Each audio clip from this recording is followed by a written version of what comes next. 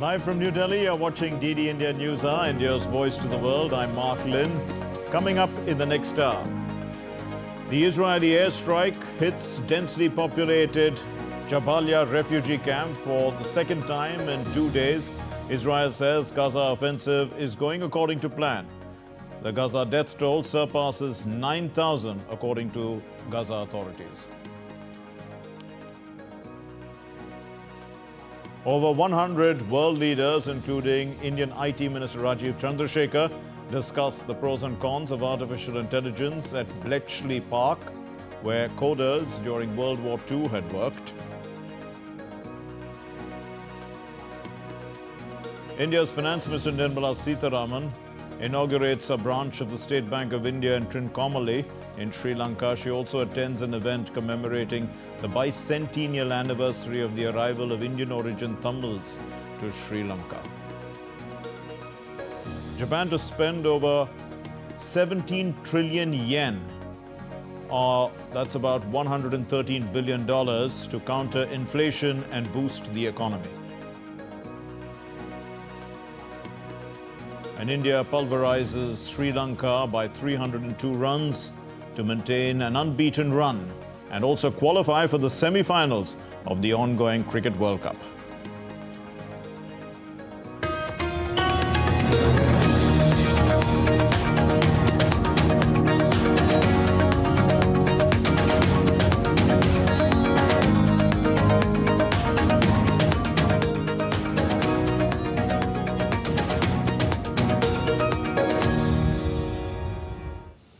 As the Israel-Gaza conflict enters day 27, Israeli tanks and troops pressed towards Gaza City on Thursday. They met with fierce resistance from Hamas terrorists who used mortars and hit-and-run attacks from tunnels. The Israeli military has released footage of ground operations in Gaza showing tanks and soldiers proceeding into the strip, as well as targets being hit by airstrikes. The Palestinian death toll from nearly 4 weeks of bombardments has crossed 9,000, according to Gaza authorities. The densely populated Jabalia refugee camp in Gaza faced another airstrike on Thursday. Besides leaving a trail of destruction, the bombardment affected the UNRWA-sponsored Abu Hussein school, where a significant number of displaced Gazans had sought shelter. These attacks also raised concerns at global level. UNICEF has expressed concerns that children are bearing the heaviest burden of the ongoing clashes in Gaza, emphasizing the toll that the conflict is taking on them. Children really are paying the heaviest price for this conflict and this escalation. So far, over 3,500 children have been killed and over 6,800 have been injured in different levels of injury. China, which assumed the Security Council's presidency in November, has made resolving the Israel-Palestinian question a top priority. The top priority for our presidency and also for the Security Council as a whole currently is to tackle the Israel-Palestinian question, namely the Gaza conflict, which is going on in the Middle East. Meanwhile, on Wednesday, Israeli President Isaac Herzog urged his fellow citizens to stand united and resolute as the country continued its military campaign against terrorism. The enemy seeks to kindle hatred between us, between Jewish citizens and Arab citizens. We have to fight back against this without compromise and single-mindedly. We have to reject every urge towards hatred and racism towards different groups among us. On the other hand, the Israeli military has reported an increase in the number of hostages held by Hamas in Gaza, with the count now at 242. So far, 242 families of 242 hostages have been notified. I repeat, 242 hostages. We are committed to the national task to return them all home.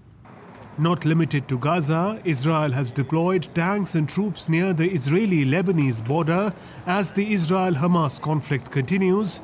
The Israeli army has placed its forces on high alert due to ongoing cross-border fire. The spokesperson in the Israeli Prime Minister's office in Tel Aviv, Tal Henrik, spoke exclusively to DD India and shared her government's resolve to fight Hamas in Gaza. Here are excerpts of her conversation with my colleague Anil Thomas. The armed conflict between Israel and Gaza continues. We are into week 4 and we're joined by Tal Henrik, the spokesperson in the Israeli Prime Minister's office from Tel Aviv for this special broadcast. Good evening, welcome. Thank you, Anil. Day 27 or week 4 of this conflict. As things stand today, what's the biggest challenge that the Israeli government is facing? A few challenges here, and I will start with something that is a bit overlooked, I think, because, as you said, we are 27 days after Hamas death squads massacred through our communities here in Israel and threatened Israel's sovereign territory as they did, mutilated, raped their way through our communities, and still so many people, we're talking about dozens of Israelis, are unaccounted for. That means that their families, they don't know if they're being held hostage in Gaza with 240 other Israelis, or that they died, they were killed, and their bodies are in Gaza, but we have no access to them, or that their bodies are in fact here, but they are beyond recognition. So can you imagine, Anil, the torture of mind and soul to these families who have no idea what happened to their loved ones? So that is one challenge. Of course, the second challenge is to accomplish our goal. We're doing it, and it will take time. We're operating in Gaza. We expanded the ground operation, as we said we would, with the aim of dismantling the Hamas terrorist regime. And it is a very difficult mission because, as you know, Hamas has embedded itself inside the civilian population, underneath hospitals. They put command centers under hospitals and schools and youth centers and clinics and mosques and whatnot. So we are acting in a very surgical way in Gaza right now to achieve this mission and also to bring our sons and daughters back home. Tal, when one takes a look at India, how do you see the role of India, especially the potential that it holds or a pivotal role that it would play, in helping ending this particular war?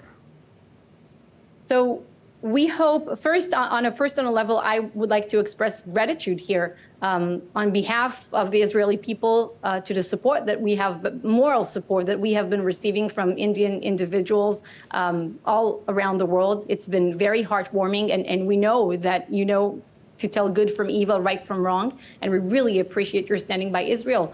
And on the diplomatic level, what we want to see is support to Israel in the United Nations. So far, we're 27 days after Hamas waged war on us, and the UN Security Council hasn't issued even a condemnation of Hamas. So I think moral global leadership is very, very important here, and India sure has that. Well, Russia revoked its ratification of the Comprehensive Nuclear Test Ban Treaty after President Vladimir Putin signed the bill approved by the lawmakers into a law. The move sparks fears in the West that Moscow might be looking to resume nuclear testing. The Kremlin denies that. Here's Dasha Chernyshova with the report. Russian President Vladimir Putin on Thursday signed into the law the bill revoking ratification of the Comprehensive Nuclear Test Ban Treaty, CTBT.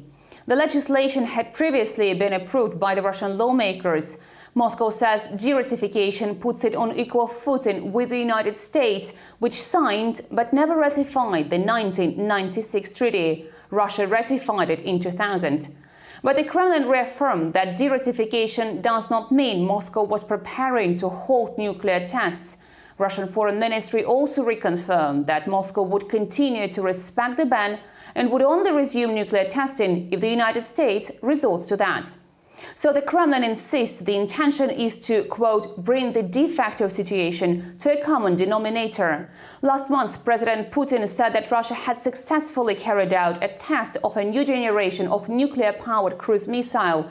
He also said that Moscow had almost finished to work on the modern types of strategic weapons, and now it was only the matter of bureaucratic procedures to move on to their mass production and to put them on combat duty.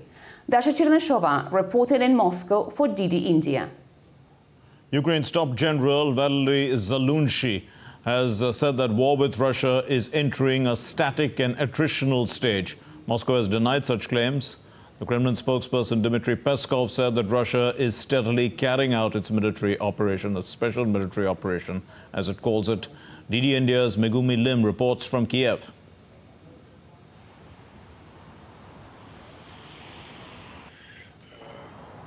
Ukraine's top general Valery Zaluzhny said that there will most likely be no deep and beautiful breakthrough in the war against Russia, saying the fighting has reached a stalemate because of the level of technological development on the battlefield.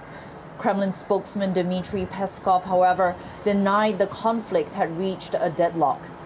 He said Russia was steadily carrying out its special military operation, a term used by the Kremlin for the full-scale invasion. General Zaluzhny said that in Avdiivka, east of Ukraine, where fighting has been the fiercest in the counteroffensive, he saw more than 100 Russian machines destroyed within hours of coming within the firing range of Ukrainian troops, and those fleeing were chased by first-person view drones. The same picture, he said, could be seen when Ukrainian troops tried to advance. He described the problem as each side being able to see everything the other side was doing. And in order to break this stalemate, he said there was a need for new technologies. He warned that the stalemate could benefit Moscow as it would give them time to rebuild their military power, and a long, drawn-out attritional trench war could really hurt Ukraine. Zaluzhny said he has enough soldiers for now, but the longer the war goes on, the harder it will be to sustain. Megumi Lim in Kiev reporting for DD India. The Ukrainian Foreign Minister Dmitry Kuleba called for a strong policy on cooperation of defense industries in the European Union. Kuleba was speaking before the start of an EU summit on EU enlargement and reforms in Berlin.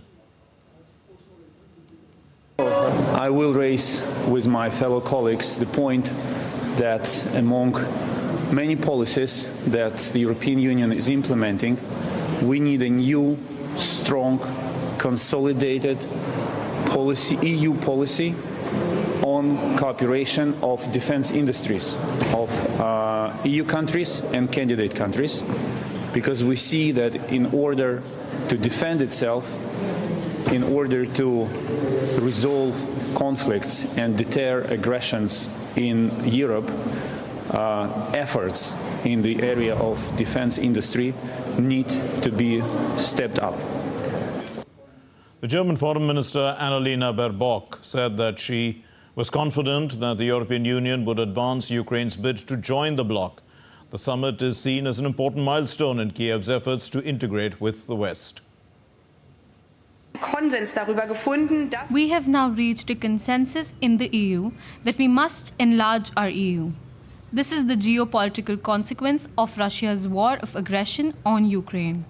But an enlarged EU will only be stronger if we do what we have long hesitated to do: overhaul the way our union works. Gezögert haben. Still to come here on DD India News Hour. India's Finance Minister Nirmala Sitharaman interacts with Indian origin Tamils in Sri Lanka. And Storm Kiran leaves more than 1 million households without electricity in France.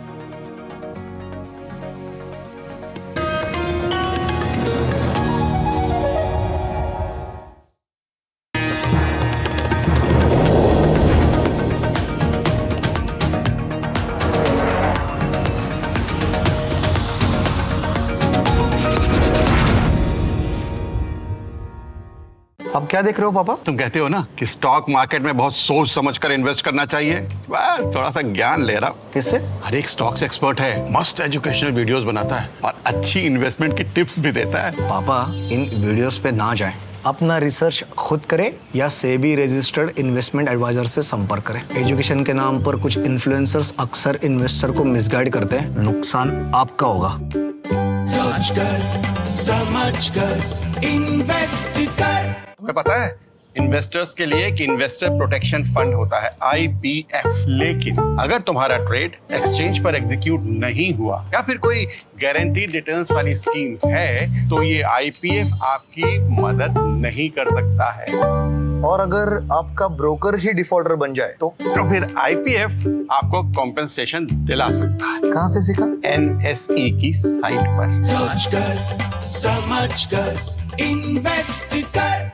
अब क्या देख रहे हो पापा? तुम कहते हो ना कि स्टॉक मार्केट में बहुत सोच समझ कर इन्वेस्ट करना चाहिए, बस थोड़ा सा ज्ञान ले रहा हूँ। किससे? हर एक स्टॉक्स एक्सपर्ट है, मस्त एजुकेशनल वीडियोस बनाता है और अच्छी इन्वेस्टमेंट की टिप्स भी देता है। पापा इन वीडियोस पे ना जाएं, अपना रिसर्च खुद करें या सेबी रजिस्टर्ड इन्वेस्टमेंट एडवाइजर से संपर्क करें। एजुकेशन के नाम पर कुछ इन्फ्लुएंसर्स अक्सर इन्वेस्टर को मिसगाइड करते हैं, नुकसान आपका होगा। समझ कर इन्वेस्ट कर।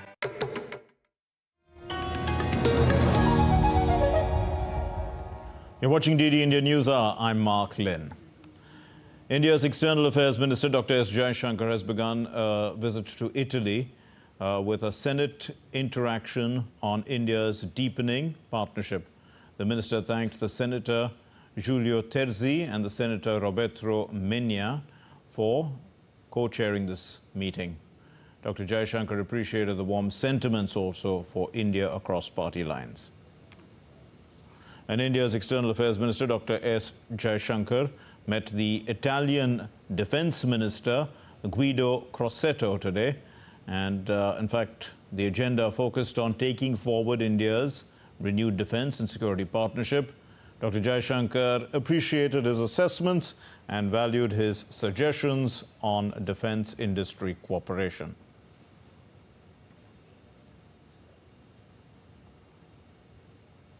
And Giles Gibson now joins us from Rome. Giles, this year India and Italy elevated ties to the strategic partnership level.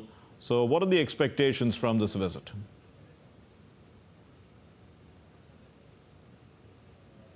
Well, it's certainly a packed schedule for the External Affairs Minister here in Rome. Absolutely no time for him to do some sightseeing here in the Italian capital. He has been, as you mentioned, to the Italian Senate, addressing the Committee on Defence and Foreign Affairs, talking about how this is a turbulent moment in history, referring not just to the fact that you have the war in Ukraine on the doorstep of the European Union, but also, of course, in recent weeks, those tensions, that conflict breaking out in the Middle East as well. As you were mentioning, he also sat down with the Italian Defense Minister, Guido Crosetto, putting out a photo of that meeting on the social media platform X and saying that they talked about Italy and India's renewed defense and security partnership. And then in the coming hours, he's also going to be sitting down with his counterpart, really, the Italian Foreign Minister Antonio Tajani. And at the end of that meeting, they will be holding a joint press conference, really, to talk about what's been achieved on this very packed visit. Giles, what is the scope for greater economic cooperation between the two countries?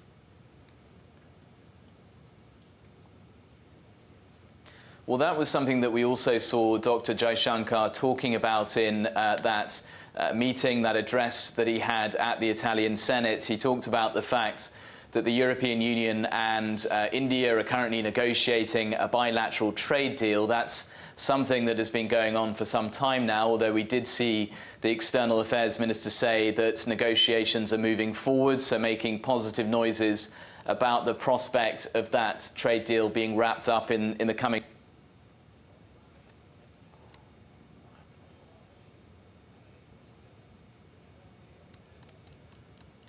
out of the BRI, the Belt and Road Initiative, that it signed up with China several years ago. And this is really sort of a tilt that we've seen under the Italian Prime Minister Giorgia Meloni since she's taken office, this kind of soft tilt towards India, away from China. I mean, just take, for example, the fact that she has already visited New Delhi this year. Yes. It was one of the first foreign capitals that she visited. As you mentioned, for example, the fact that she has already visited New Delhi this year.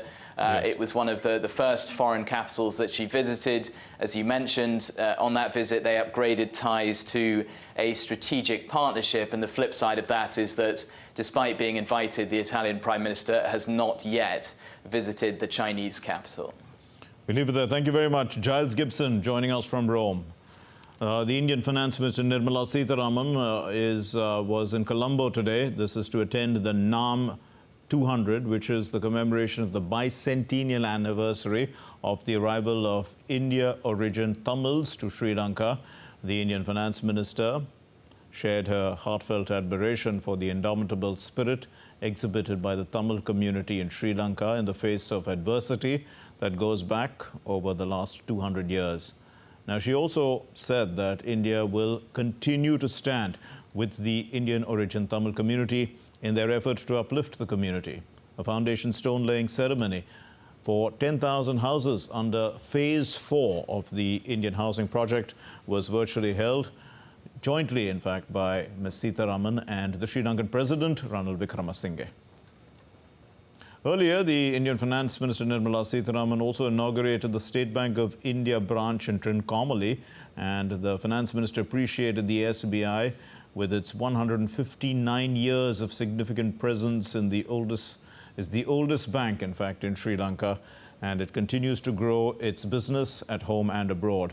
After the inauguration, the Finance Minister also interacted with the new branch officials and distributed passbooks to new customers, besides filling the visitors' book in Trincomalee in Sri Lanka. India's Education Minister Dharmendra Pradhan visited the under-construction Baps Hindu Temple in Abu Dhabi in UAE. The temple is expected to be one of the largest and most beautiful Hindu temples outside of India and is scheduled to be completed in 2024. During the visit, India's Education Minister Dharmendra Pradhan expressed his gratitude to the leadership of the United Arab Emirates for their continuous support to making the Baps Hindu Temple a reality. And he also, in fact, emphasized that the temple's significance also in promoting the rich Indian culture and heritage within the UAE and strengthening the enduring bond between the two countries. This temple represents the modernity. This temple represents the eternity of Indian civilization. This will create global harmony, global peace, and global well-being. I am confident the Indian civilization will be responsible for global harmony in future. This temple, this Swaminarayan temple, will rightly inculcate the spirit of Indian civilization in the present-day world's order. India signed a memorandum of understanding with the UAE to promote skilled international workforce mobility for Indian nationals with a specific focus on the Gulf countries.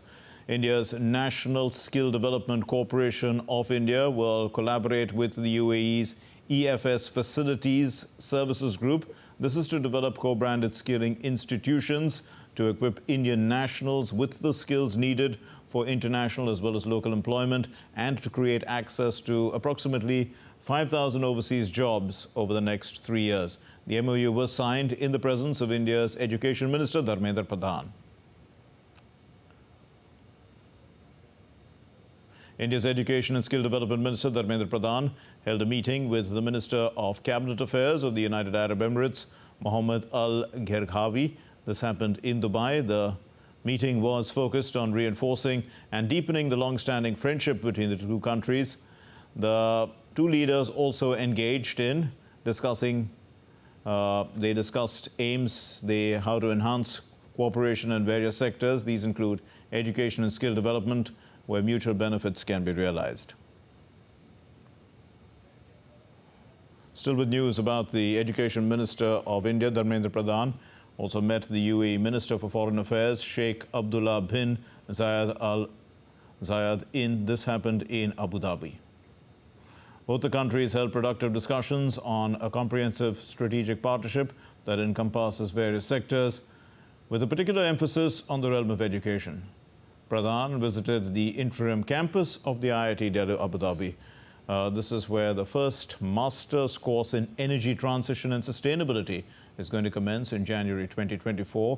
He expressed appreciation for the Abu Dhabi leadership also for their support, and said that IIT Delhi Abu Dhabi campus is going to be an example of India-UAE friendship, a testament of the common vision of the two countries. India's Defence Minister Rajnath Singh inaugurated the three-day India Manufacturing Show in the southern Indian city of Bengaluru. In fact, addressing young entrepreneurs at that event, the minister described small-scale industries as the backbone of India's economy. He said that they contribute immensely to the development of the country. Bharat में यदि दिन का सूर्य या कहें प्रकाश का सूर्य भारत के east में उगता है, तो डेवलपमेंट और साइंस का सूर्य भारत के साउथ में उगता है। प्राइवेट इंडस्ट्री का प्रॉफिट भारत के करोड़ों परिवारों तक जाता है, जिससे इस देश की इकोनॉमी संचालित होती है। यदि यह सेल्फिश मोटिव होता तो यह दूसरों के लॉस की कीमत पर, लेकिन यह तो प्रॉफिट मोटिव है जो दूसरों के वेलफेयर के साथ आ रहा है। प्राइवेट इंडस्ट्री जो प्रॉफिट अर्न करते हैं वह सोसाइटी में लौट कर जाता है। Storm Kiran smashed into northwestern Europe on Thursday with strong winds and driving rain, killing one person in France and forcing the closure of schools, airports and rail and ferry services. A truck driver was killed by a falling tree. Northeast of Paris and 1.2 million French households were left without electricity. Authorities in Finistère in Brittany, they urged people to stay at home and also to avoid winds which were hitting 207 kilometers per hour, leading to reports of 20-meter waves off the coast. Storm Kiran, which follows on the heels of the storm Babette 2 weeks ago, was driven by a powerful jet stream that swept in from the Atlantic, unleashing heavy rain and furious winds that have already caused heavy flooding in Northern Ireland and parts of Britain.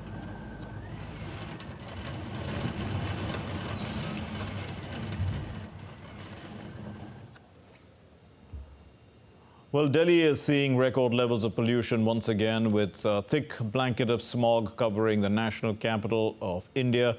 The air quality index in Delhi and the neighboring towns, the air quality index has breached danger levels. Experts say that, in fact, worse is yet to come. Take a look at this report filed by DD India correspondent Dibyendu Mondal.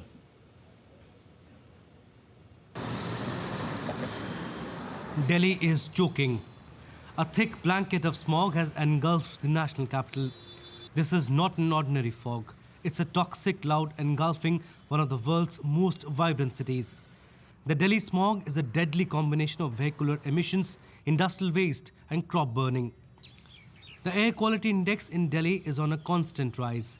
It has crossed the hazardous level. On Thursday, the average AQI in Delhi hovered between 350 to 400. The level is much higher than limits set by the World Health Organization. The Delhi smog affects millions, turning their city into a living gas chamber. So last couple of days, we have experienced the dipping the quality of air in Delhi. It's really a serious matter and alarming matter. The movement of the traffic, vehicular traffic, become more approaching to the festival Deepavali in Delhi. So this is another contribution to the more number of carbon monoxide and the vehicular pollution, contributing in addition to the parali and the local condition of Delhi. The Delhi smog is also a public health crisis of epic proportions.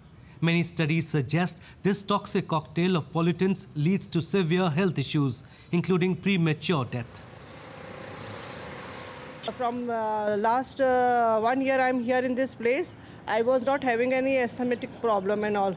But in this during this period I can feel something is there which is troubling me. I think pollution levels तो पिछले 10 से 12 दिन से दिल्ली के अंदर बढ़ रहे हैं.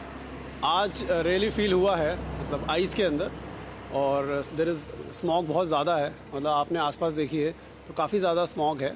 तो I think ये तो काफ़ी usual है दिल्ली में, but I think situation is not good at all. The rising farm fires in the neighboring state of Punjab are adding more woes to Delhi's rising pollution levels. Increase in the urban heat island impact, the intensity of the pollution due to stubble burning has increased. Not just Delhi, even neighboring satellite towns around the city is affected by the smog. Every year, many people move from Delhi and around to the hillside to safeguard themselves from the hazards of the smog in Delhi.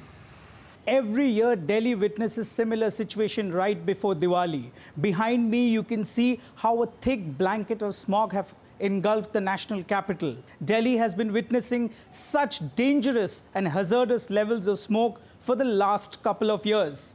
Governments have failed to combat this pollution. As the stubble burning keeps rising and the weather conditions in Delhi with the dipping temperatures, the situation is expected to go worse. With camera person Jagmohan, this is Dibyendu Mondal from New Delhi for DD India. Well, still to come here on DD India News Hour.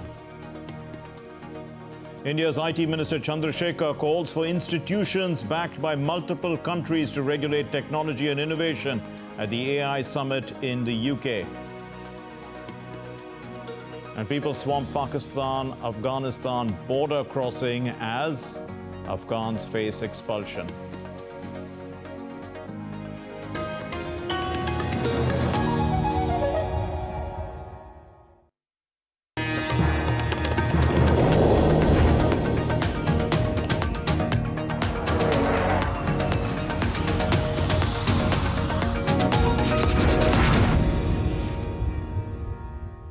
अब क्या देख रहे हो पापा? तुम कहते हो ना कि स्टॉक मार्केट में बहुत सोच समझकर इन्वेस्ट करना चाहिए।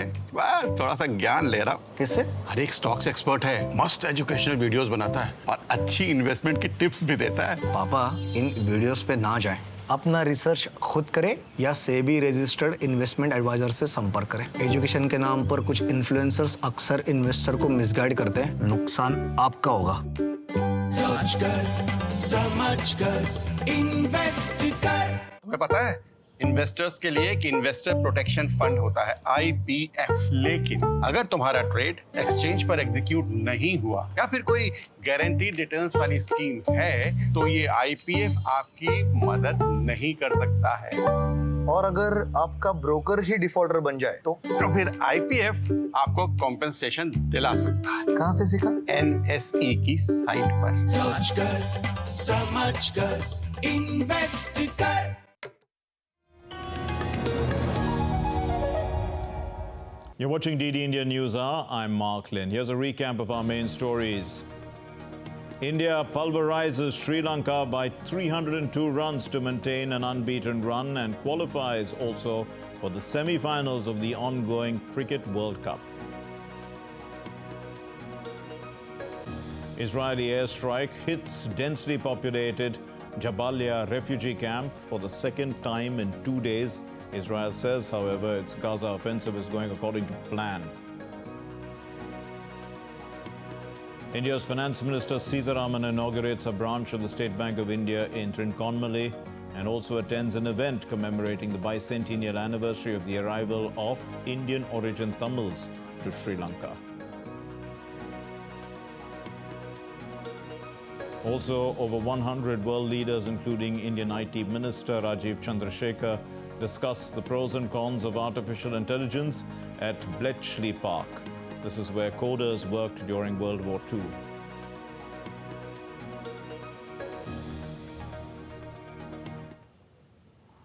Over 100 world leaders, including the Indian Minister of State for Information Technology, Rajiv Chandrasekhar, they discuss the pros and cons of artificial intelligence at the Bletchley Park. This is where, in fact, it's a symbolic place because historically this is where coders who were working for the Allied forces had sat down and broken into the codes of the Germans. The threat of artificial intelligence does not respect borders. To tackle the threat and risk of AI, political and tech leaders gathered at Bletchley Park in United Kingdom for the second day of the UK's inaugural AI Safety Summit to debate how the risks of the technology can be contained. Well, the people developing this technology themselves have raise the risk that AI may pose. And it's important to not be alarmist about this. There's debate about this topic. People in the industry themselves don't agree, and we can't be certain. But there is a case to believe that it may pose risks on a scale like pandemics and nuclear war. And that's why, as leaders, we have a responsibility to act, to take the steps to protect people. And that's exactly what we're doing. The 100-strong guest list includes world leaders, US Vice President Kamala Harris, UN Secretary General Antonio Guterres, Italy's Prime Minister Giorgia Meloni, tech executives like Elon Musk, and ChatGPT boss Sam Altman. Indian Minister for Electronics and IT Rajiv Chandrasekhar highlighted Indian government effort for using AI for the greater good. On Wednesday, the UK government had issued the Bletchley Declaration and issued warning about the threats posed by artificial intelligence systems. And we are joined by Professor Arpan Kumar Kar, who's from the IIT Delhi. He belongs to two schools, the Schools of Management as well as the School of Artificial Intelligence. Thank you very much, sir, for being with us. Is frontier AI increasingly taking on human intelligence, in a combat or a confronting role? If so, can it be contained? Okay, so there are, a couple of perspectives when we talk of the role of AI. When we talk of the role of AI in terms of a pure engineering perspective, it's almost an utopian perspective where we see that, okay, AI can solve many of the world's problems, it can automate a lot of things, a lot of drudgery can be removed, a lot of efficiency and effectiveness of systems can be improved. And there is also a dystopian perspective.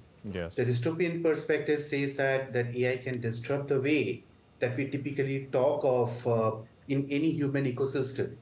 So if you look at the dystopian perspective, the effects can be at an individual level, the effects can be at an organizational level, and the effects can also be at a society or a macroeconomic level.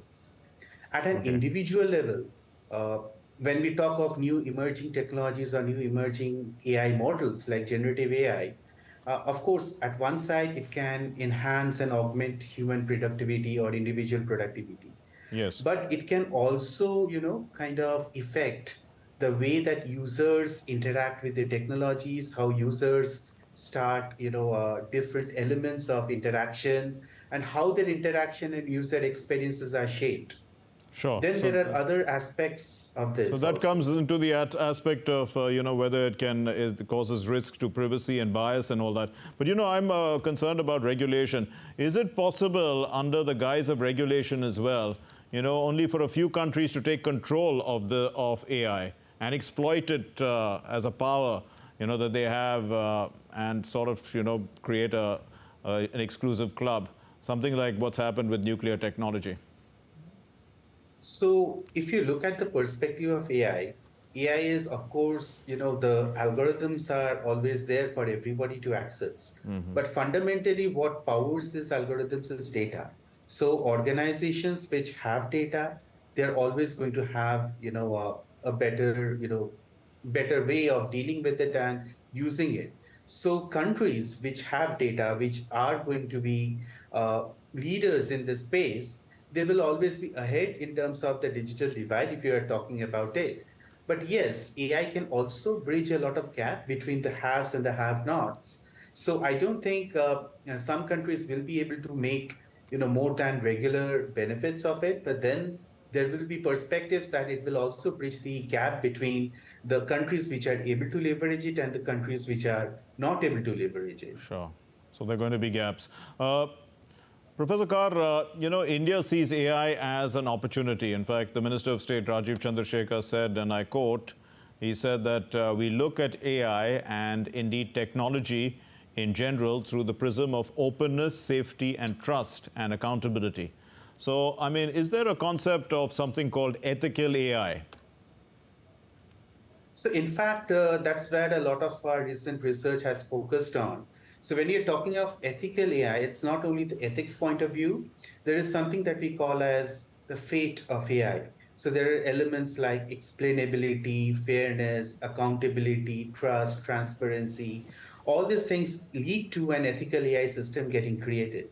So how do we include, how do we kind of create explainable AI systems? How do we create systems which will have high in terms of fairness? How do we create systems which have high in terms of accountability? I think those are the elements that we need to take care of whenever we are trying to talk of designing AI systems. And over the years, as we try to proactively design AI systems, some of these can come in mainly from the perspective of how designers or how kind of the engineers are designing the systems, but a lot of this is related to governance of this AI system. If you're creating adequate governance policies, the risk of unethical AI, or the risk of AI which does not address faith parameters, they can be mitigated to a large extent. Okay, now the Bletchley Declaration, it says that these concerns are best addressed through international cooperation. Now that's very broad when we look at that. How, how can regulation be done?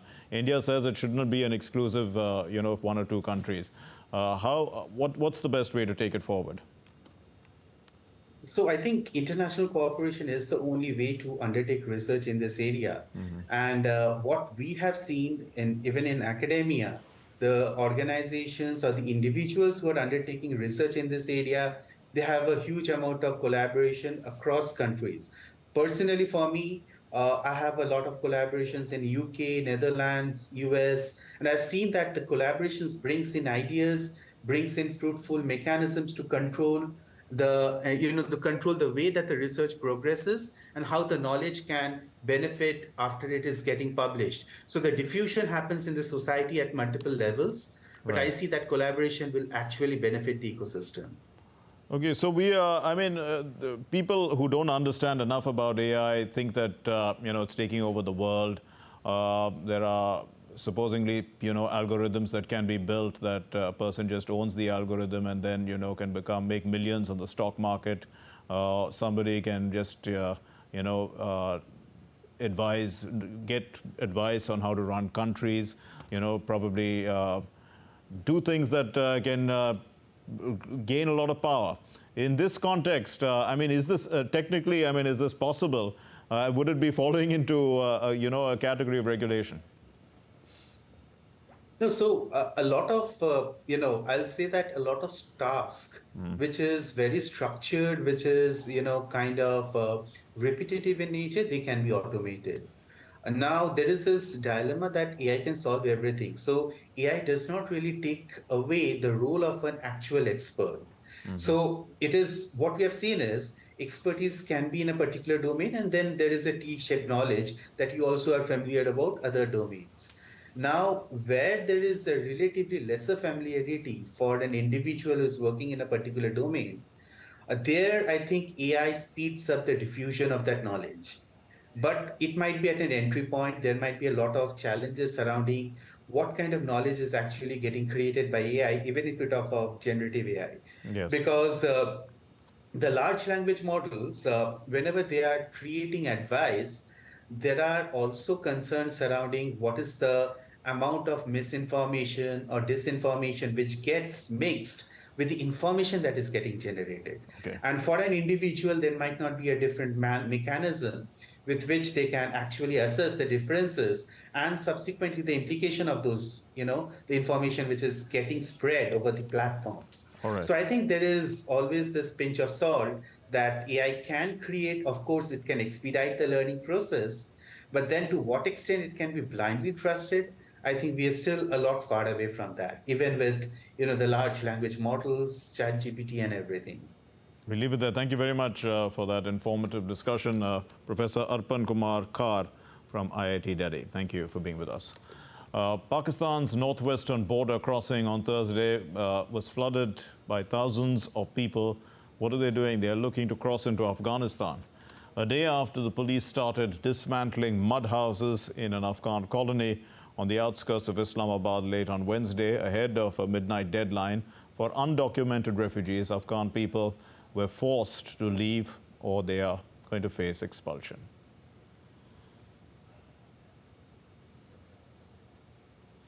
Well, let's take a look at other stories that are making news around the world.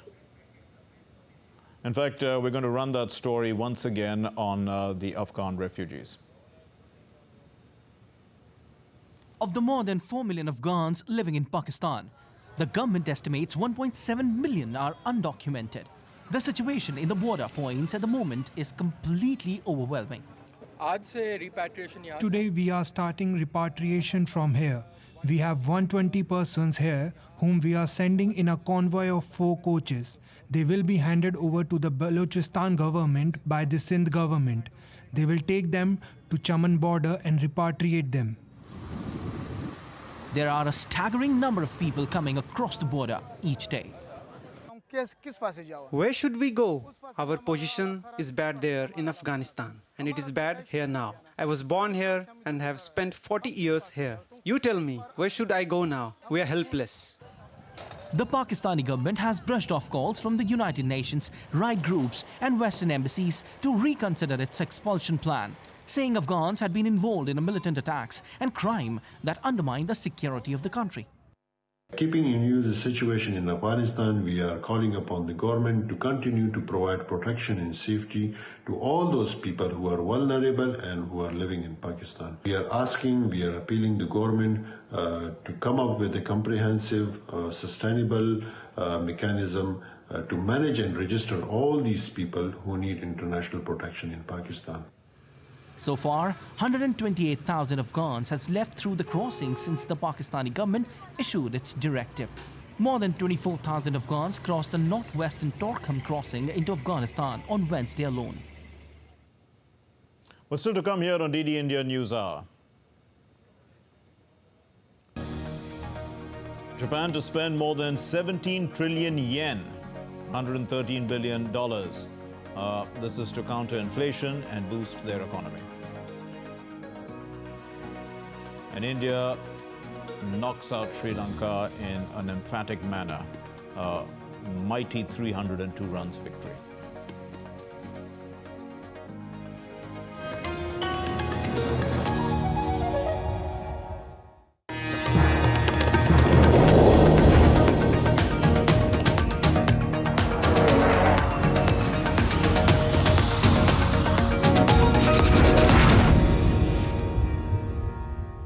अब क्या देख रहे हो पापा? तुम कहते हो ना कि स्टॉक मार्केट में बहुत सोच समझकर इन्वेस्ट करना चाहिए। बस थोड़ा सा ज्ञान ले रहा हूं। किससे? हर एक स्टॉक्स एक्सपर्ट है, मस्त एजुकेशनल वीडियोस बनाता है और अच्छी इन्वेस्टमेंट की टिप्स भी देता है। पापा इन वीडियोस पे ना जाएं। अपना रिसर्च खुद करें या सेबी रजिस्टर्ड इन्वेस्टमेंट एडवाइजर से संपर्क करें। एजुकेशन के नाम पर कुछ इन्फ्लुएंसर्स अक्सर इन्वेस्टर को मिसगाइड करते हैं। नुकसान आपका होगा।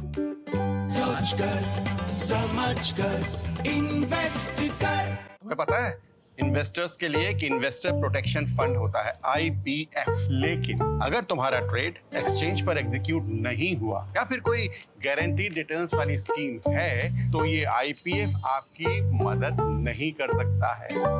और अगर आपका ब्रोकर ही डिफॉल्टर बन जाए तो फिर IPF आपको कॉम्पेंसेशन दिला सकता है। कहाँ से सीखा? NSE की साइट पर। सोच कर समझ कर इन्वेस्ट कर।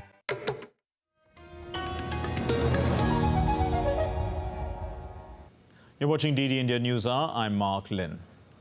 The Bank of England has kept its rates at a 15-year high, ruling out any quick cuts to help the economy. The Bank of India Governor Andrew Bailey said that there is absolutely no room for complacency as inflation is still too high and interest rates will be kept high as long enough. This is for long enough to make sure that inflation gets back all the way back to the 2% target. That's his language.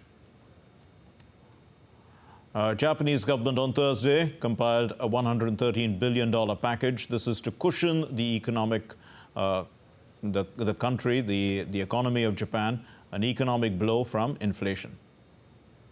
The package, what does it do? It includes temporary cuts to income and also residential taxes, payouts to low-income households, and subsidies to curb gasoline and utility bills.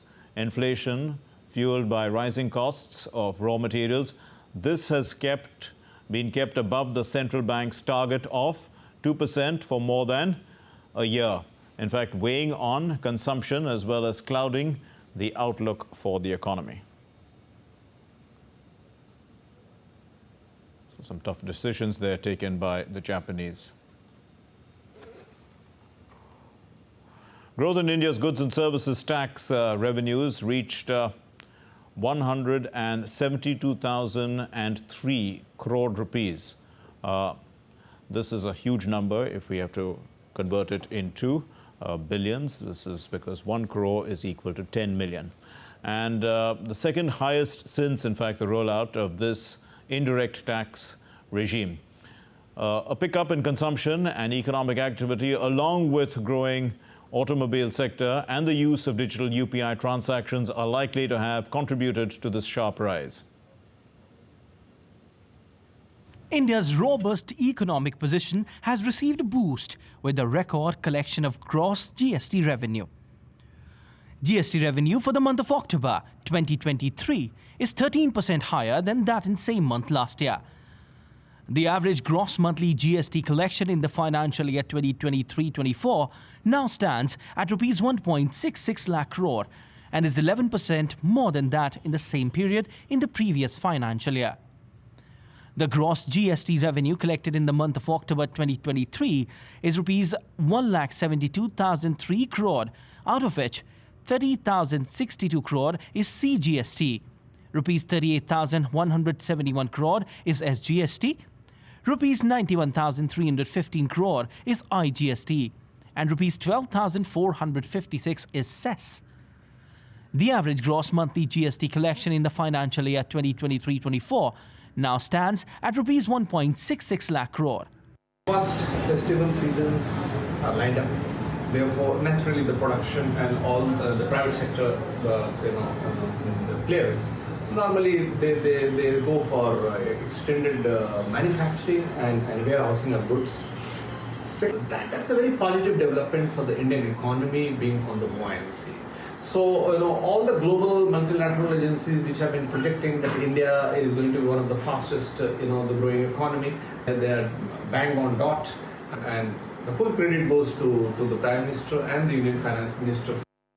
The Income Tax Department registered a record number of filing of income tax returns till 31st of October 2023, which was the due date for filing of ITRs for taxpayers not having any international or specified domestic transaction, in whose case books of account were required to be audited. India is also the country with the highest digital transaction, accounting for nearly 46% share as per the 2022 data. India is followed by Brazil, China, Thailand and South Korea. From just 1 billion transactions in 2016, UPI has since crossed the landmark 10 billion transactions. As of February 2023, in the automobile market in India, two-wheelers and passengers cars accounted for 77% and 18% market share during the year 2021-2022. India aims to double its auto industry size to rupees 15 lakh crores by the end of 2024. There has been an FDI inflow of $33.77 billion in the industry from April 2000 till September 2022, which is around 5.48% of the total FDI inflows in India during the same period. As on March 2023, 2,56,980 electric vehicles registered in India in 2023. India is poised to be the fastest growing economy in financial year 24. Well, Piyush Goyal, who's India's Minister of Commerce and Industry, addressed a gathering on energy transition in the national capital of Delhi. And he said that the developed world must rise and take the lead on energy transition. He expressed the hope that India, in fact, will soon transition to green hydrogen. Our transition has two dimensions. A, what do we do to transit from the past consumption levels? And what do we do to meet the needs of this growth? And both collectively make this a very big challenge. We are also supporting the production of energy, clean energy equipment in India, hoping to transition to green hydrogen and then green ammonia so that at scale, clean energy can become the source for our growth. You're watching DD India News Hour. Let's get you the sports news now.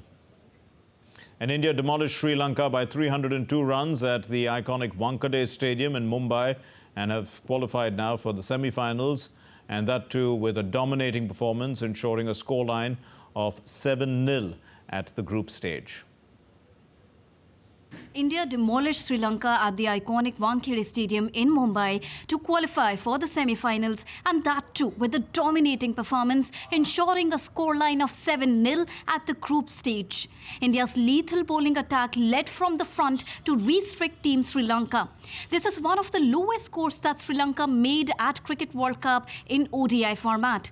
Sri Lanka completely failed to chase a target of 358 runs set by Team India. If we talk about Team India, Shubman Gill top scored with 92 runs, while Virat Kohli missed his 49th ODI ton after he was dismissed at 88. Had Kohli slammed 100 today, he would have equalled Sachin Tendulkar's record of 49 centuries in one-day internationals. Nonetheless, Kohli did reach 1001 milestone in ODI format in a calendar year for 8th time now. On the other hand, Siraj silenced all the critics, taking 3 wickets while Shami took 4. Together, a stupendous bowling performance by Team India completely dominated the game at the Wankhede Stadium. India is now all set and too confident to face South Africa on the 5th of November. Taposh Bhattacharya for DD India. Well, Prime Minister Narendra Modi also poured his heartfelt wishes out on Team India for the 7th win in the tournament. And he posted on X. He said that Team India is unstoppable in the World Cup. Congratulations to the team on a stellar victory against Sri Lanka. It was a display of exceptional teamwork and tenacity. Rishikesh Amit Nayak, who studies mechatronics, robotics and automation engineering at VIT in Chennai, has discovered, or he's developed a technology to in fact enrich Indian agriculture by identifying pests and to damage the pests that damage the crops. So he's going to do that in advance because of this technology. It uses AI. Let's look at this report. With the help of a thermal imaging system, it is now possible to find out which pests and diseases are affecting the crop. Kishan is an AI-based pest detection and plant disease detection system that uses artificial intelligence in its core. It uses thermal red images taken from satellites to predict plant diseases and pests. Researchers said that by doing chemical testing of the crop leaves given by the farmers, they are able to find out about the diseases of the crop. This process takes about a week, by which the time possibility of a crop failure increases. Talking about the impact of Kishan first of all provides crop health status of what the crop health is, if there is any pest attacks or plant diseases. Also, it provides data about irrigation status if any particular area of the crop field needs irrigation. It also provides other resources like what fertilizers to be used, when to be irrigated, and overall everything. So a controlled environment provides better outcomes and better results for the crop harvest. Second, due to early prediction system that our mechanism uses, we can actually reduce the usage of pesticides and fertilizers that are being overused currently. So he came up with another idea and started gathering information through satellite images. Satellite images provide them with information about vegetative index and moisture index, which is very useful in detecting crop damage. Earlier, they had to face difficulty due to blur of satellite images. He explains that using HAB to capture real-time air samples and perform RNA sequencing in the stratosphere, we aim to reduce our dependence on satellite. This data integrated with the airflow, temperature and radiation. Currently, we are working around mechanisms and technologies combined with artificial intelligence and high-altitude balloons to predict not only plant diseases but also human-borne diseases that are those bacteria that are present in the upper atmosphere. Well, that's all we have in this edition of DD India News Hour. Let's know your thoughts on the news of the day. Connect with us on Facebook, X, Instagram, and we'll be back with more news as it breaks here on DD India. My name is Mark Lynn. From all of us here in Delhi, thanks very much for watching DD India News Hour. Namaskar.